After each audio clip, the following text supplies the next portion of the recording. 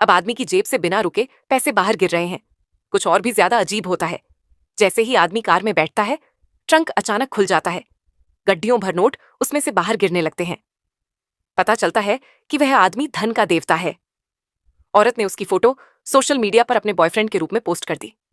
अगले दिन वह आदमी औरत के दरवाजे पर आ जाता है। वह कहता है कि औरत ने कल रात सोशल मीडिया पर उनका रिश्ता घोषित कर दिया और इससे उसे नुकसान हुआ। दोनों को 1 साल का कपल कॉन्ट्रैक्ट साइन करना पड़ेगा। औरत को लगता है वह पागल है। नए साल के पहले दिन बकवास करने पर वह उस पर चिल्लाती है। अगले ही पल आदमी बस अपनी उंगली चुटकी से हिलाता है। झाड़ू और औरत का हाथ धीरे धीरे सोने में बदलने लगता है। ये देखकर औरत बहुत ज्यादा हैरान हो जाती है। शायद वह वाकई धन का देवता है। तभी उसकी माँ का फोन आता है। कहती है उसे अपने बॉयफ्रेंड को तुरंत घर ले आना होगा।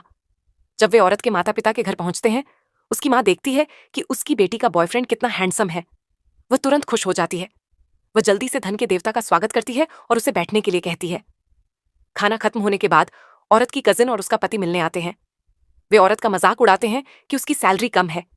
धन का देवता एक मुट्ठी खरबूजे के बीज उठाता है, फिर अपनी दिव्य शक्ति से उन बीजों को तुरंत सोने में बदल देता है।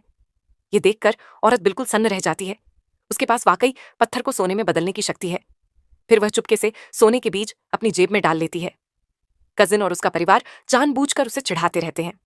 वे पूछते हैं उसका साल के अंत का बोनस कितना है, क्या BMW खरीदने के लिए काफी है।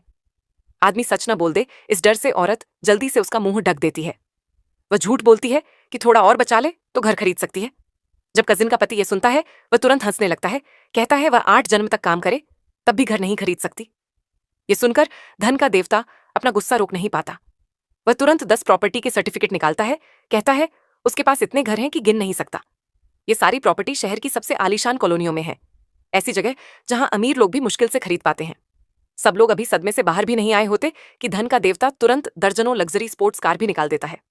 हर एक की कीमत 10 मिलियन युआन है, लेकिन सबको लगता है ये सब नकली होगा। आखिर कुल कीमत तो सैकड़ों मिलियन युआन हो जाती है। इतना सब कौन खरीद सकता है। औरत की माँ और भी ज्यादा गुस्सा हो जाती है।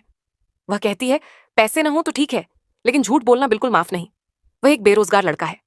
इतनी गाड़ियां और घर उसके पास कहां से आए? क्या आसमान से गिर गए? आदमी उन्हें सच नहीं बता सकता कि यह सारी दौलत उसे स्वर्ग से मिली है, और अगर बता भी दे तो कोई यकीन नहीं करेगा।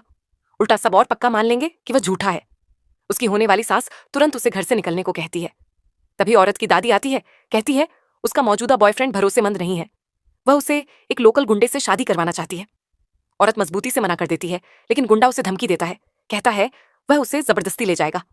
धन का देवता हाथ हिलाता है और उस आदमी को पीछे गिरा देता है, लेकिन फिर भी वह इस मामले को सभ्य तरीके से सुलझाने का फैसला करता है। जैसे ही दादी